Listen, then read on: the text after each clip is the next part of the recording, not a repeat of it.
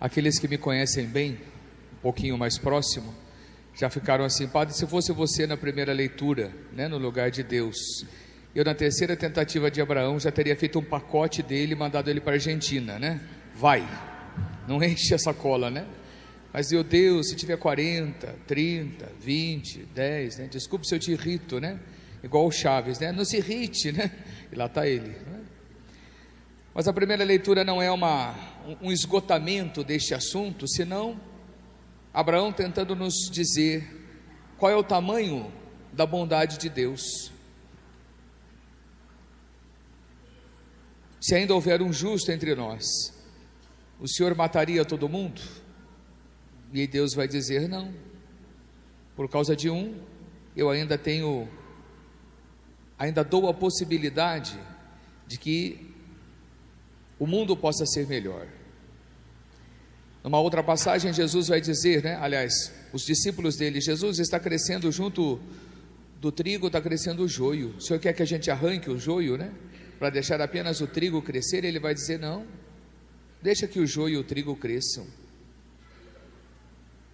Aí isso nos faz pensar, irmãos e irmãs, que Deus tem esperança em nós.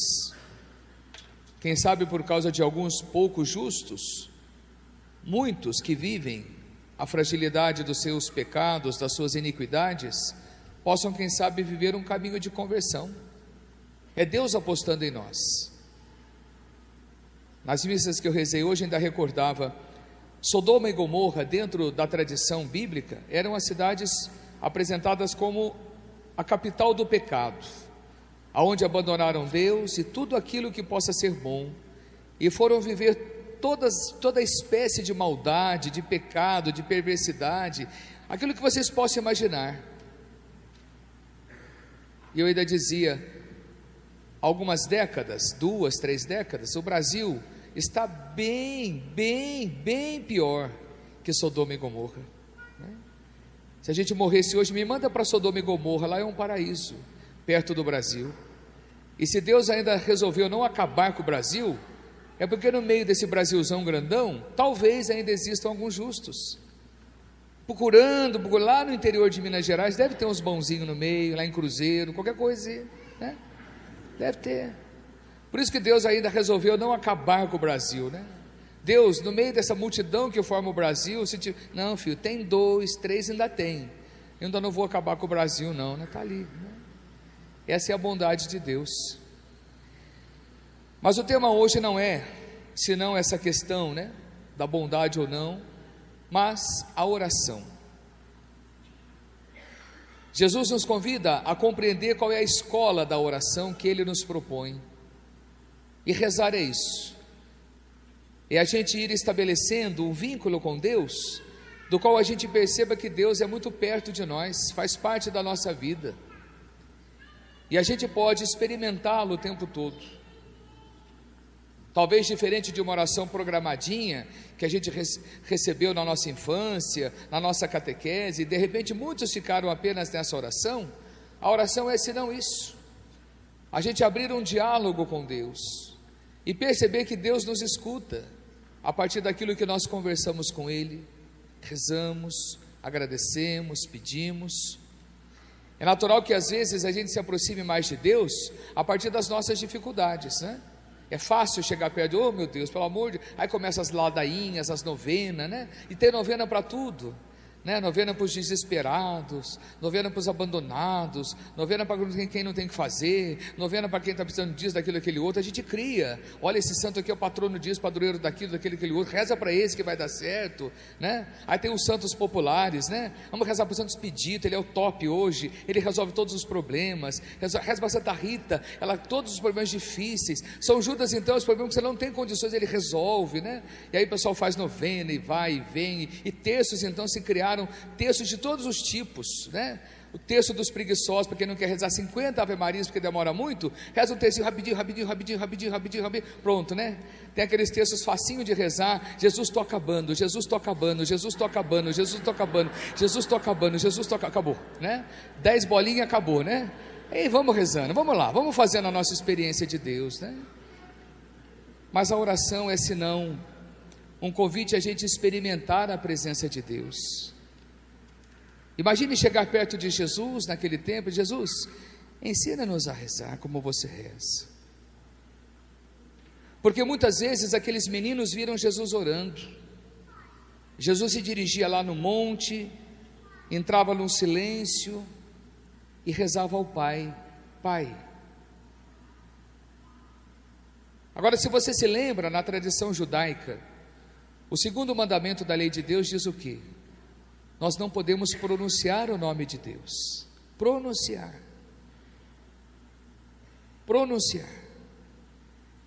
E é o que nós mais fazemos, né? Mesmo que seja para coisa boa. Deus te abençoe. Opa, Deus te abençoe. Não, você não pode pronunciar o nome de Deus. Vai com Deus. Não, você não pode dizer isso, porque você está dizendo o nome de Deus. Nós não podemos pronunciar. E Jesus vai nos ensinar a rezar por qual via? Quem é o Deus? Abá. Uma palavra hebraica que vai dizer, não é nem só pai, paizinho. Olha a intimidade de Deus, a intimidade de Jesus com Deus. Aquele que nós não podemos pronunciar o nome na lei mosaica, o nazareno vai dizer o quê? Ele é paizinho. Portanto, é um Deus que está muito perto de nós e vai dizer: Pai nosso. Ele nos apresenta ao Pai. Quem me vê, vê o Pai. Então, na lógica de Jesus, as suas atitudes nos revelam quem é o Pai. E nos momentos que Ele quer nos falar do Pai diretamente, Ele vai falar a partir do ícone dos evangelhos, que é a parábola do Pai misericordioso. Quem é esse Pai? É esse homem que perdoa, que é bom, que abraça aquele que peca, que vai ao encontro daquele que está sofrendo, daquele que está do lado de lá, da sociedade. E Jesus vai nos dando exemplo. E depois Ele vai dizer: quem me vê, vê o Pai. Portanto, Ele quer dizer: tudo que eu estou fazendo, o Pai faz. Se você quer conhecer quem é o Deus da sua fé, esse é o Deus da sua fé, basta olhar para mim. Então Jesus nos aproxima do Pai. Enquanto muitos tratavam o Pai como aquele onipotente, onisciente, lá longe, nós não podemos nem pronunciar. Mas que Deus é esse, que eu não posso nem chamá-lo? Um Deus que quer se fazer tão próximo de nós, tão presente na nossa história, um Deus que se compadece, um Deus que muitos profetas vão dizer do seu amor que brota das suas vísceras, das suas entranhas.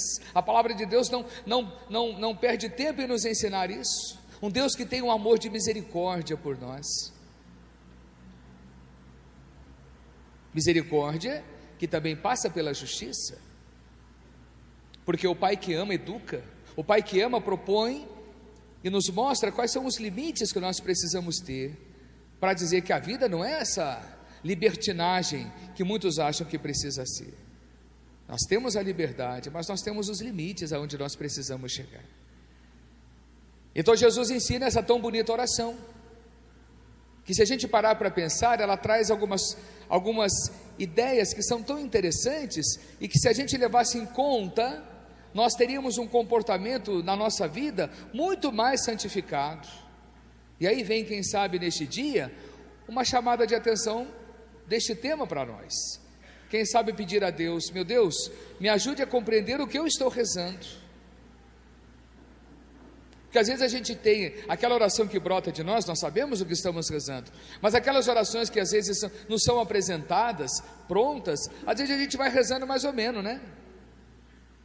Vamos lá, vamos pedir o Espírito Santo. Vem, Espírito Santo, cheio o coração dos vossos fiéis, acendereis o fogo do vosso amor, enviai o vosso Espírito, tudo será criado, renovareis a face da terra. Oremos, ó Deus.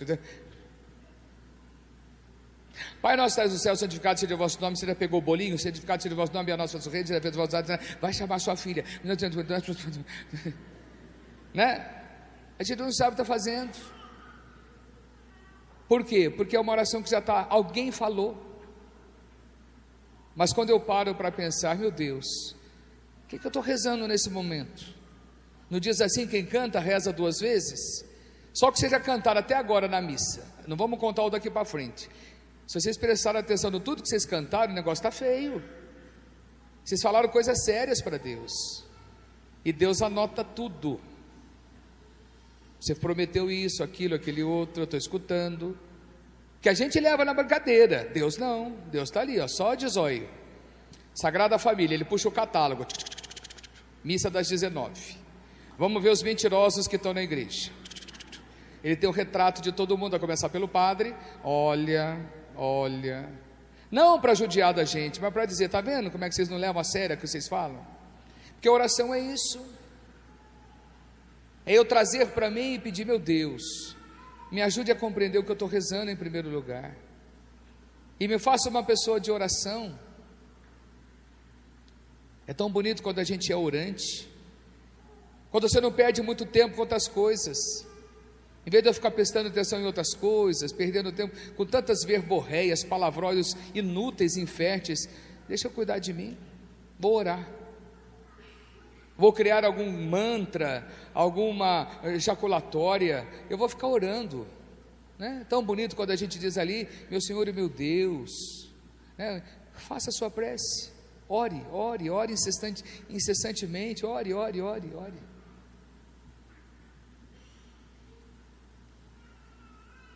Eu recordava nas missas que rezei, né? Você está ali diante da Nossa Senhora, fazendo a sua consagração. Quantas vezes você fez isso?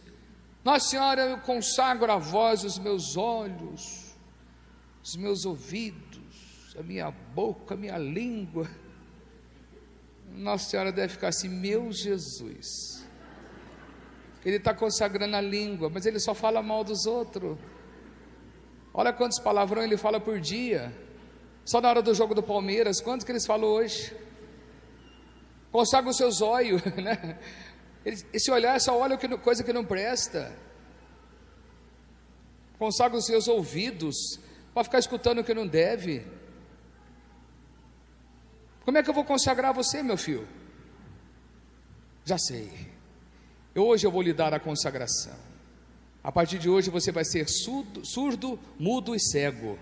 Você nunca mais vai pecar. Pronto, consagrou, né? Para você valer a pena o que você está rezando, só se for assim, que você nunca mais enxergue, nunca mais fale, nunca mais escute, porque você não leva a sério o que você está pedindo para a Mãe de Deus. Eu quero consagrar a Ti, Senhor, por intercessão de Nossa Senhora, todo o meu ser, todo o meu interior, né?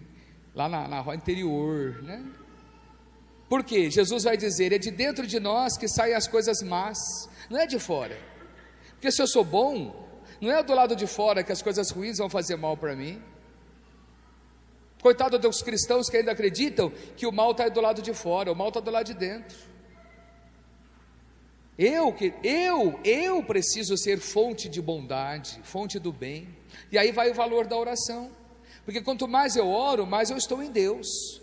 Então eu não vou deixar que as coisas negativas de fora venham interferir em mim. E quando você perceber que alguém está ruim, está mal, que alguém fica sempre vomitando, desculpe dizer essa palavra, o mal, as coisas que fazem mal, que segregam, que ferem, ore. Meu Deus, eu rezo por essa pessoa, que ela possa encontrar paz, que ela possa encontrar a Tua presença, porque não é fácil, num mundo marcado de tantas fragilidades, não é fácil a gente ter um coração manso, um coração bom. Nós pedimos sempre isso, né? Jesus, manso e humilde de coração. O que vocês respondem? Jesus deve se contorcer em cãibras. Fazei o meu coração semelhante ao vosso. Olha o que nós pedimos a Jesus. Ah, meu Jesus, se só nós aqui hoje resolvêssemos verdadeiramente ter um coração semelhante ao vosso, nós íamos fazer um estrago nessa cidade de São José dos Campos. Se eu tivesse um coração semelhante ao de Jesus, que eu enxergasse a prostituta, o cobrador de impostos, o Zaqueu, a mulher na beira do poço, esse bando de gente que não vale nada, e olhasse para todos eles com um olhar de misericórdia. Às vezes a gente tem dificuldade de olhar para o irmão da comunidade, coitadinho, ele comete uma falha, nós somos os primeiros urubus a vir em cima, e sem misericórdia. arrebentamos, acabamos, fragilizamos. Por quê? Porque nós não queremos ter um coração semelhante ao de Jesus. Às vezes numa frase que escrevemos, num olhar que temos, num comentário que fazemos, sem perceber, nós destilamos aquele veneno que o Instituto Butantan está atrás, para poder curar todos os males da humanidade, e ele não encontrou ainda o urutu que tem esse veneno, está dentro de você e de mim. É pior do que todas aquelas cobrinhas que estão ali. Mas nós rezamos: Jesus, manso e humilde de coração, fazei o meu coração semelhante ao vosso. Vocês estão me entendendo? Não é fácil ser católico não, viu gente? A gente tinha que ter mais vergonha na cara. Tarefa da semana: vamos olhar o nosso batismo, vamos pedir um grande perdão a Deus. Meu Deus, me perdoe, eu não tenho sido fiel. Talvez eu nunca tenha sido fiel, mas eu quero começar. Vou lhe provar, vou dar sinais de que eu quero começar uma experiência, um exercício de oração. Vou esquecer todos os problemas. Eu vou orar é por mim. Que eu compreenda o que é orar. Que eu compreenda quais são as palavras que brotam da minha oração. Que eu pratique a minha oração na minha vida. Porque você diz aí: Pai, santificado seja o teu nome, venha o teu reino. Olha o que Jesus está pedindo. Na verdade, todos nós propomos para ir para o reino de Deus, não é? Precisamos buscar o reino de Deus, vamos ao reino de Deus. Ele faz o inverso: venha a nós o teu reino. Ele antecipa a graça que nós buscamos. Jesus já quer que experimentemos o reino agora. Depois daquela parte tão difícil do Pai Nosso, que nós temos muita dificuldade de entender: seja feita a tua vontade. Ainda que seja difícil, porque às vezes eu quero que seja minha. Ô meu Jesus, só o Senhor sabe quanto eu estou sofrendo, e eu preciso disso. Eu só não digo assim: mas seja feita a sua vontade. Ele mesmo, no momento da dor, no Getsêmani, ele vai dizer isso: Pai, afasta de mim esse cálice, eu não estou aguentando mais. Isso aí era uma oração, minha gente. Ele mesmo começou assim. Aí depois ele se recorda: mas seja feita a tua vontade. Seja feita a tua vontade, Senhor. E vai nos ensinar: peça com insistência, peça com insistência, peça com insistência. Aí nos dá esse exemplo, porque se um amigo seu for de madrugada e bater lá na sua porta, e você ficar todo preocupado, por que o homem não levantava? Lá em Israel, a casa dos pobres é um cômodo só, e todo mundo dorme no mesmo cômodo, enfileiradinho, pai, mãe, uns 15 filhos, né? Lá não é igual ao Brasil não. Ai, seu padre, a gente projetou só um filho, porque a situação está difícil, os muçulmanos estão batendo palma, eba, nós vamos ganhar o Brasil. Eles produzem 19, 25, nós produzimos um, porque não temos condições. Então, aí o pai não levanta, porque para ele levantar, ele tem que passar em cima da mulher dos 15 filhos, para abrir a porta. Então eu não vou levantar, porque eu vou incomodar todo mundo aqui. E Jesus vai dizer: não, persista, porque por essa persistência ele vai levantar. Olha, Jesus nos ensinando: pede. Não porque Deus vai ficar demorando para nos dar o que nós precisamos, é porque quanto mais você pede, Deus vai ficar: que bom, ele está rezando mais. Às vezes Deus é tão bom que ele não resolve logo o nosso problema, para a gente poder ter sempre um problema para rezar com ele. Senão a gente resolve o problema, o que nós fazemos com Deus? Tchau, até o próximo problema, se Deus quiser, né? Aliás, se o Senhor quiser, né? Deus é assim, tadinho, ele só entra na nossa vida na hora que aperta a situação. Deu problema? Vamos recorrer a Deus, a Nossa Senhora da Quiropita, porque ela vai resolver o nosso problema. E Deus quer fazer parte de sempre da nossa vida, ter um coração orante. Orar é pedir, é agradecer, é louvar, é fazer tanta coisa bonita. Tem tantas formas de oração, existem santos que nos ensinam maneiras de orar. Vocês conhecem as oficinas de oração, né? Temos aqui na paróquia. É uma escola de aprendizado. Orar contemplando, orar no silêncio, orar dançando, orar bagunçando. Tem tantas maneiras de oração. Vamos conhecer, o que é orar? Padre, eu tenho dificuldade de rezar. Tem não, filha. Para falar mal dos outros, você é tão boa, né? Faz a mesma coisa. Olha lá para o céu, para qualquer coisa. Olha para a bananeira, mas reza, né? Começa a rezar, meu Deus. Deus está tão presente perto de nós, né? Deus se faz presente em tantas coisas lindas. Como é que a gente não sabe rezar? Sabemos, só falta um pouquinho de esforço, de decência, para a gente poder dar um passo nesse caminho da oração. E o bonito de Jesus é que ele vai dizer: se vós que sois maus, sabeis dar coisas boas aos vossos filhos, quanto mais o Pai do céu vos dará o Espírito Santo. O que Deus tem de melhor para nos dar? O Espírito Santo. Porque com Ele nós seremos capazes de tudo, absolutamente tudo. Faça a experiência, peça ao Espírito Santo, o dom do entendimento, o dom da sabedoria, o dom da ousadia, o dom da alegria, o dom da criatividade, o dom de tudo, o Espírito Santo nos dá. Quem já sabe, quem já o experimenta sabe, é tão simples, basta querer. O Espírito Santo não se reserva a alguns, ele é para todos. Derramarei sobre vós o meu Espírito, para que todos possam compreender a alegria e a graça de sermos filhos e filhas de Deus. Se vós que sois maus sabeis dar coisas boas, muito mais o Pai do céu vos dará o seu Espírito Santo. Pois vamos pedir isso para nós, que Ele nos dê o Espírito Santo, para nos fazer compreender a tão linda experiência de sermos homens e mulheres de oração, e fazermos da oração o alimento da nossa alma, a certeza da nossa fé, aquilo que nos estimula a não duvidarmos, a não desanimarmos diante das dificuldades, porque pela oração tudo nós podemos.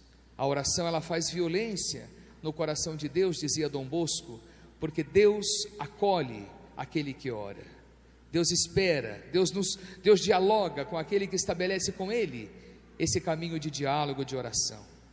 Que os nossos corações sejam corações de homens e mulheres que desejam viver essa intimidade com Deus a partir da oração. Seja louvado nosso Senhor Jesus Cristo.